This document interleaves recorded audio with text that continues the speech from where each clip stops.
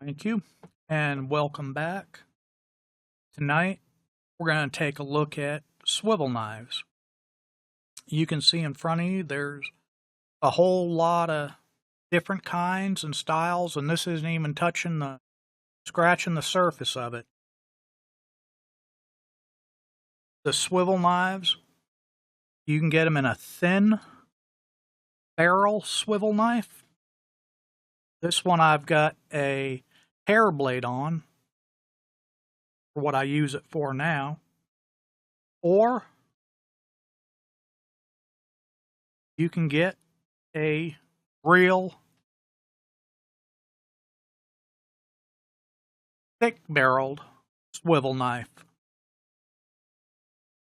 On the barrel thickness, it's going to come down to personal preference. The general standard is about 1/2 inch. You'll find is the standard barrel. And this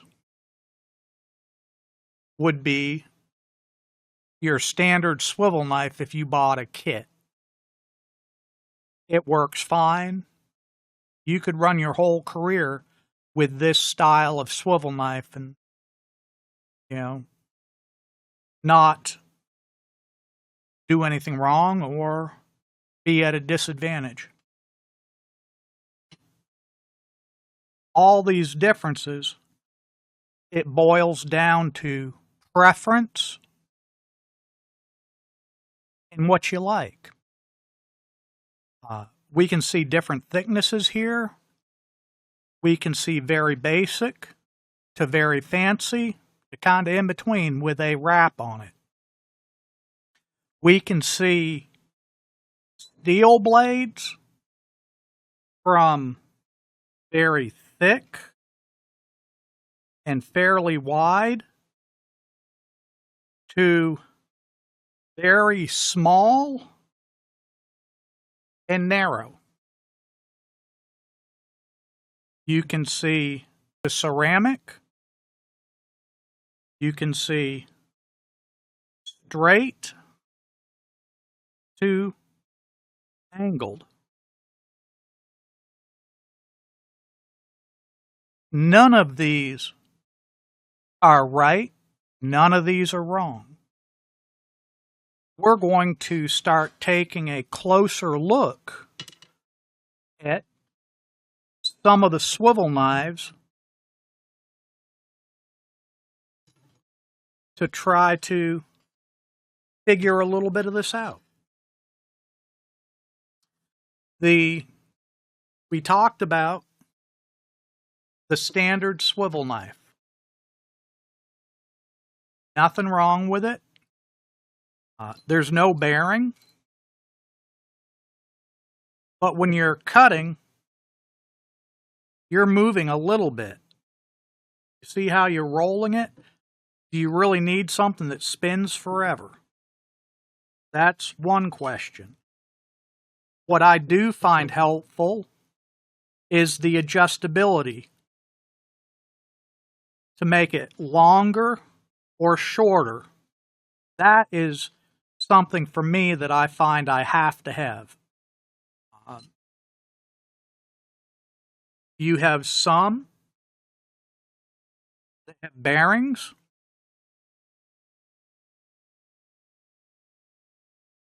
Is that going to make a difference when you're only moving that much? In my opinion, no. Can you feel? Maybe. You can probably feel if one's a little bit grittier than the other, but I haven't. Okay?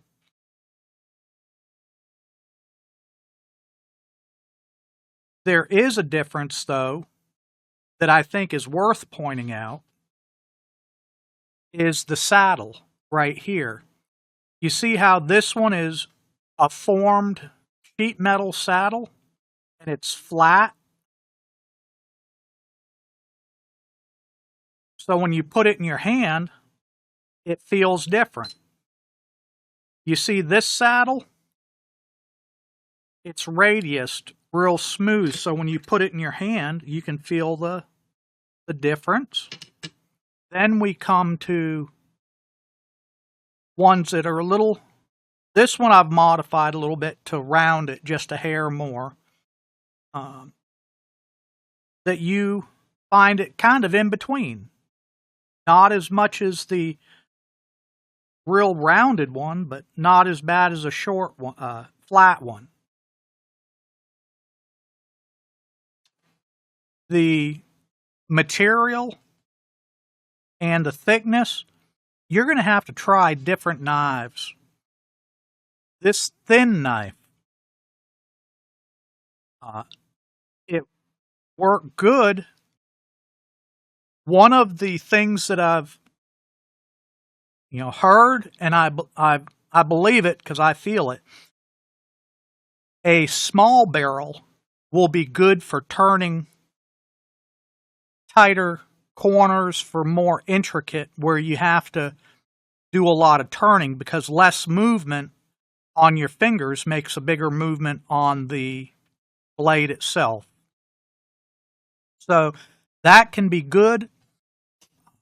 I found that the smaller barrel, especially when I was learning, because this is one of the first knives I bought after the kit knife, I was having a hard time with a straight line.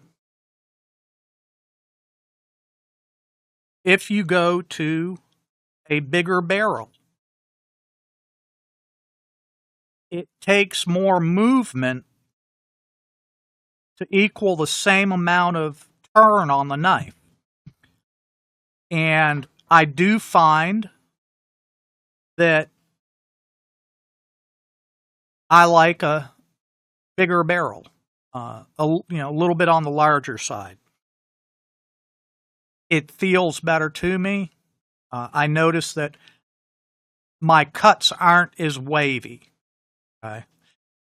The barrel thickness is just one of the things that can affect a wavy cut or cause a wavy cut. So that's one of the differences in the barrel thickness. Also, it comes down to the texturing. On this one, you don't have as much texturing. Okay? The knurling is softer. On this one, it's more pronounced, and you can feel it in your hand. It has more purchase power. You can feel it when you've got it in your hand. It feels more positive to me. The next is the barrel material. And you may ask, why would barrel material make a difference? Well, if you've got a aluminum bodied barrel, it's going to be lighter than a solid brass swivel knife. You're going to have more weight there.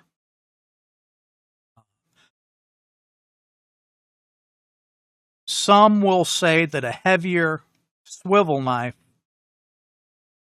cuts easier and is more stable than a light swivel knife. Do I agree with that? I don't know. I usually do purchase a little bit of a heavier swivel knife. But this light one, when I had the knife in it, I could cut just fine. And this one is a whole lot lighter than this one with all the brass.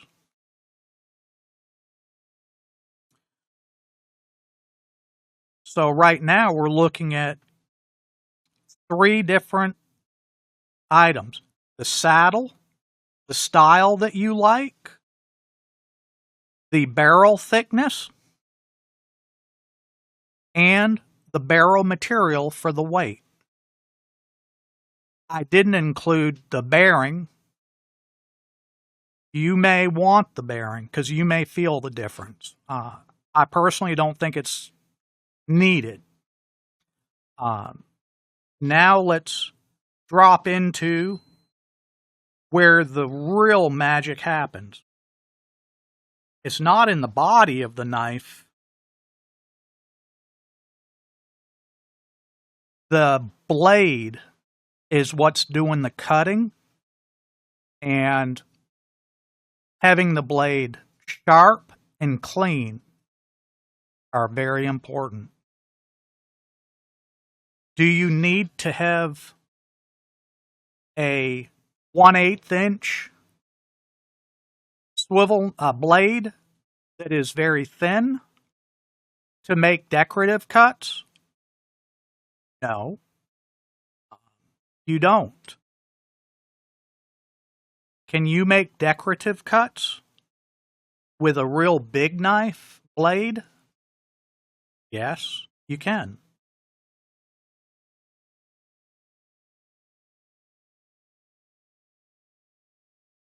For me, this is my personal knife that you can see the saddle is more rounded, and I run a 1/4 inch hollow ground thick blade from Barry King.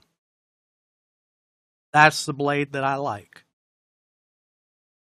It has a bearing, but I really don't spin it. It's comfortable to me. And I've done a lot of cutting with it. So I'm pretty much married to this knife. It's my favorite, and that's the one I choose to use for everything. With the cutting, a big blade like this, you can cut fine. The biggest question is the blade polished? And does it have machine marks on it? This is a brand new blade I've never used. It came with a swivel knife that I bought to try. But you can see the blade is very rough. It needs to be polished. That is important because if the blade isn't, it's going to drag. It's not going to cut clean. Another piece to keep in mind, when you buy one, make sure these corners are not rounded or broken, because your cutting is going to happen with these corners. When you're doing decorative cuts, that's where you're going to start. And I've had a brand new knife that had corners that looked like when they were grinding it, they busted the corner off or rounded it just slightly. You can feel it, and if you're new, it's going to be very frustrating for you because the knife is going to be working against you when you start going into decorative cuts or start turning. So when you get a knife, no matter what size blade you've got, make sure these two corners are perfectly square and they're not nicked off or damaged. If they are, you're going to have to work to correct it. The angled blade versus the straight blade. When I first started tooling, this is the blade I had in the knife. It's a angle ceramic blade. I was told that intricate cuts would be easier with an angled blade, and it would be easier to run. I used it. I did good with it. And I can see where they're talking about when you're using an angle blade, it turns easier because with a swivel knife, when you're cutting, if you're cutting a long line, you're going to raise it up to put more of the blade in. If you're starting to do intricate, you're going to start rocking it back on that point so less of the blade is in, so it will respond easier and turn and cut. Well, when you have an angle blade, you hold it straight up and down, you've already got the angle in it, so when you turn, and if you lean it back a little bit, it's even more. So you don't have to. I found that with a angle blade, I felt that I was being and this is my personal thing, it was a little bit more lazy because I didn't have to move it up and down or straight up and down and back at angles. I could just pretty much cut here. If you do use an angle blade, I've found that on a straight run, I start rolling it forwards to cut so that I can put more of the blade in. So the more I learned and used it, I'm trading off turning like this, not having to lean it back, or doing long straight cuts, I was having to roll it forwards. Neither's wrong. But if I'm cutting like this and I'm watching the blade where it's going, I can see it a little bit better. But if I'm having to rock it forwards, it didn't feel as natural to me. So I find that having a straight blade and rocking it back and pulling it forwards is more natural because I'm always leaned back a little bit. I'm never perfectly perpendicular. With the angle blade, I'm more perpendicular to begin with, and if I want to sink more blade in, I'm leaning it forwards into the cut a little bit. It didn't feel as natural. You'll have to try both. The blade thickness, some will swear by a thin blade. And that's okay. What I like about the thick blade, I feel that it opens my cuts up a little bit better. So I don't have a problem with it. The one drawback to it is with the thicker blade, seeing where your cut line is, you have to get used to because you've got the blade sitting in the way. Where this, you don't have much of a thickness, so you can see your line real easy if you're cutting. You can see where that line is easy. Now, let's come back to a thick blade. You see how your blade point is a little obscured? You have to start learning that blade a little bit. What I do is when I put it in, I'll just lean it a little bit and set my point in and bring it up. And then I learn the knife and I don't have any problem. You want to talk about a big knife? Look at that thing.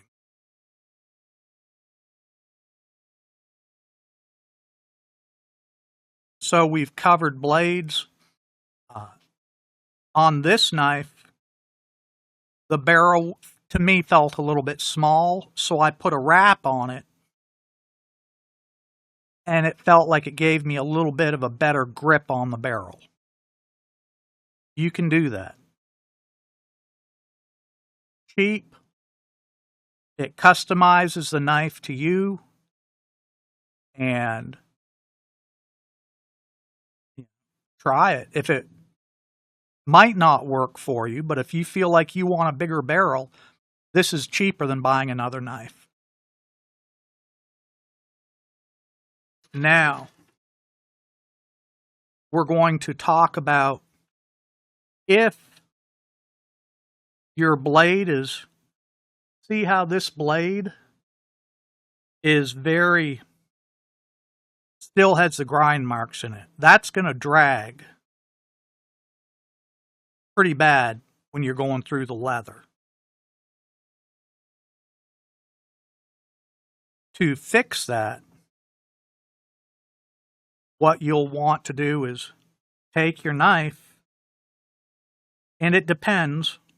Some knives will have the grind marks going down, and this knife has them going back and forth. In this case, I would take the knife, bring it up, and what you're doing is you're going to take the knife, lean it up until you feel that front hit the stone, and then just drag it back on the stone. Flip it over, do it again. That will start grinding down those machine marks or grinding marks. If the marks are the other way, you're going to do the same thing. You're going to take your knife, put it down on the stone, and then go backwards. Back and forth. Then flip it over, go down, and go back and forth until you start seeing those marks go away.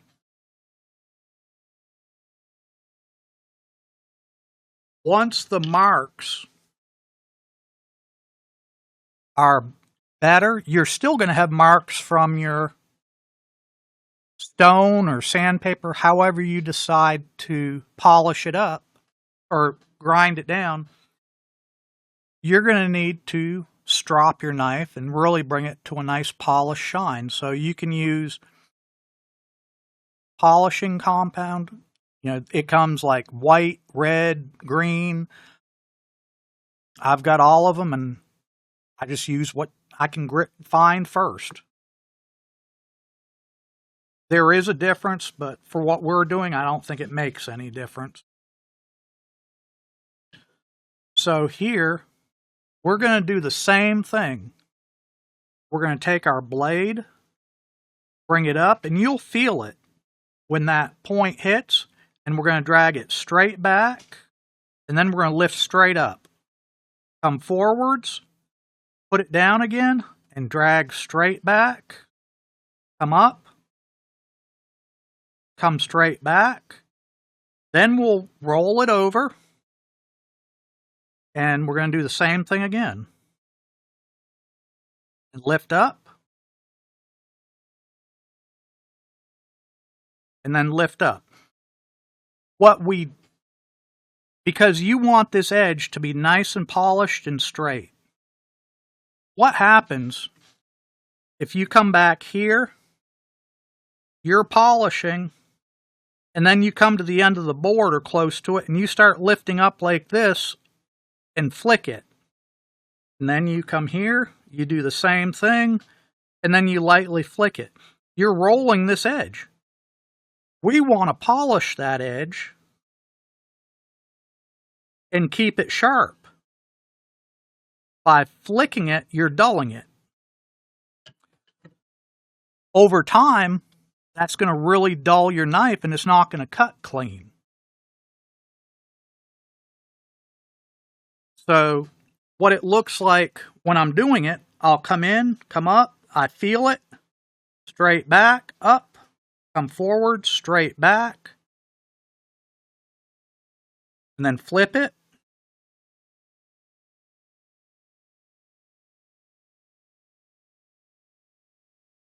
You'll get used to how it feels. And you can see here, I keep a real nice polish on this blade.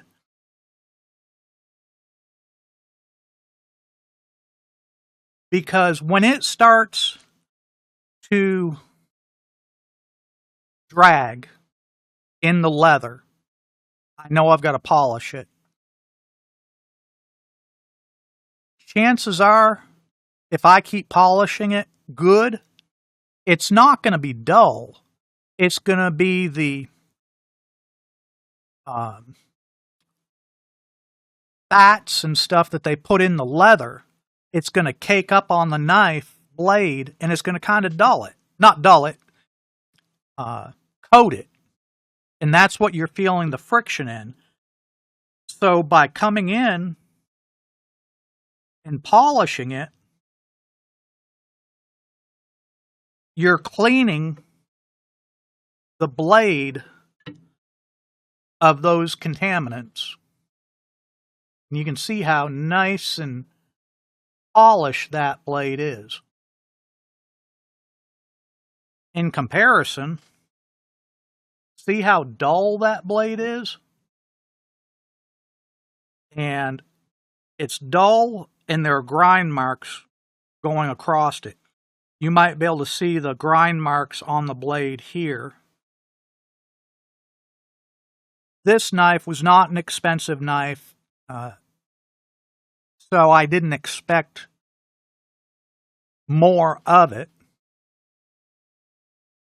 The blade that I get from Barry King, that blade comes sharp and polished.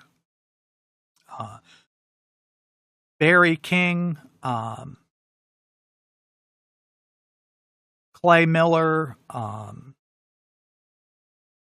and I'm drawing a blank on other people who make knife blades. But you get it from a good craftsman. The blade is going to cost a little more. But just like in tattoos, cheap ain't good and good ain't cheap.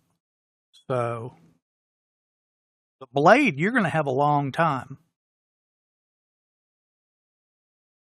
It's worth it to spend a little extra and have a good blade that's not fighting you. How do you hold the knife? Just come down, grab it like you would a pencil, pick it up. You see how this finger is low, this is up, and the thumb is kind of in between with the pointer finger? I like it right there. Some people put them right there. You'll just have to, I put it here. Some people put them here. You'll have to figure out what works for you. That's what trying it out in leather does. You'll want to start out with your cut deep, pull straight, and then lighten up till you barely get a scratch. And you're doing all your pushing and pressure with this finger, not with these. So come in, start deep, lighten up as you go. So you just barely scratch it. And then go light, and then slowly add pressure. Stop. Go light, add pressure, stop. This will help you learn pressure and cutting. Then you're going to want to learn to cut in a left hand motion.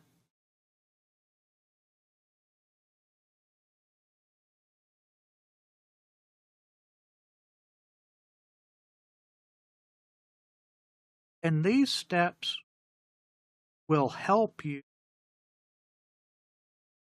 learn your swivel knife. And there's no shortcutting that.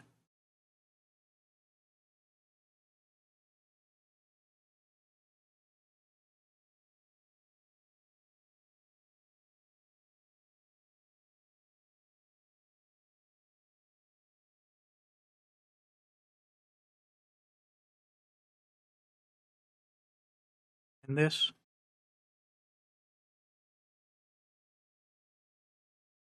will help you.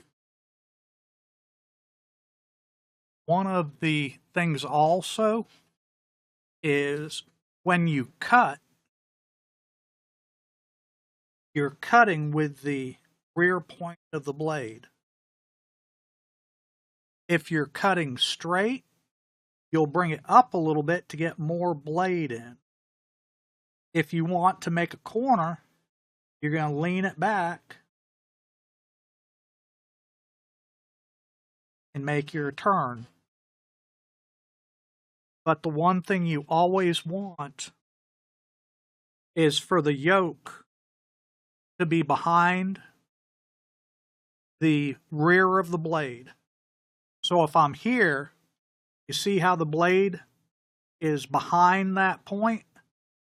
As I'm making my left turn cut, see how that blade, the back of the yoke is turning as I'm cutting? So when I come here, the blade is behind the cut, like that. So if we're cutting here, and we start going away, see how that's coming behind and it's following? And this is going to take you a little bit to get used to, keeping this yoke behind the rear portion of the blade. When you're cutting, you always want your blade to be perpendicular to the leather. When you're cutting, you don't want to lean your swivel knife over and cut, because you're going to be undercutting your leather. And if you do that,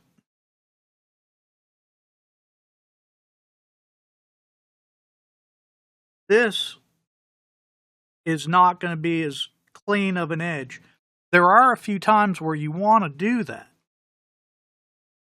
You know, making grass, one technique is to undercut. When you're doing hair, like on a mane of a horse or tail, some of the cuts you may undercut to enhance the effects of the hair, make it look more realistic. But in general, you don't want to undercut. You always want to keep this blade behind the point and keep it perpendicular, not leaning one way or the other.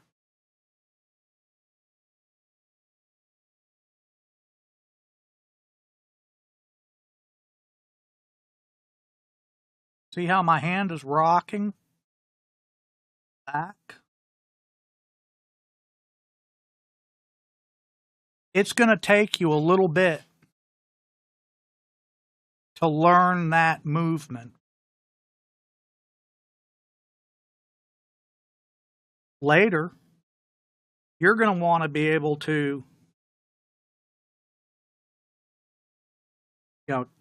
follow a line on a pattern. So in your practice, you might as well make a few doodles and learn to follow the line. And don't be afraid to stop and turn your leather so you can see where your blade is going. Because if you can't see your blade, how are you going to know where it's going? And when you start your cut again, my end of the cut was here. I'm going to back up just a little bit and put my blade in so it starts tracking in the cut that was made.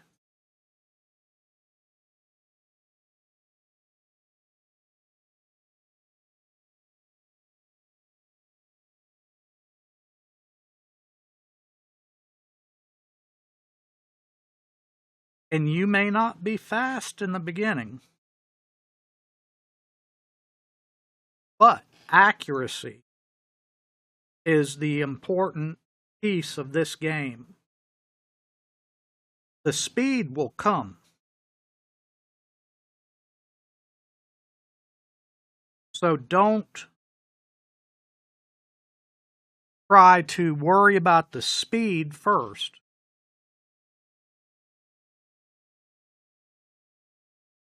It will naturally come. And I think we did pretty good following the pencil mark.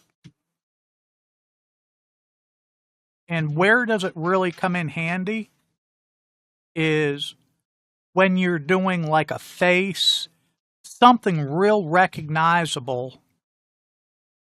That's when it's important to follow the line.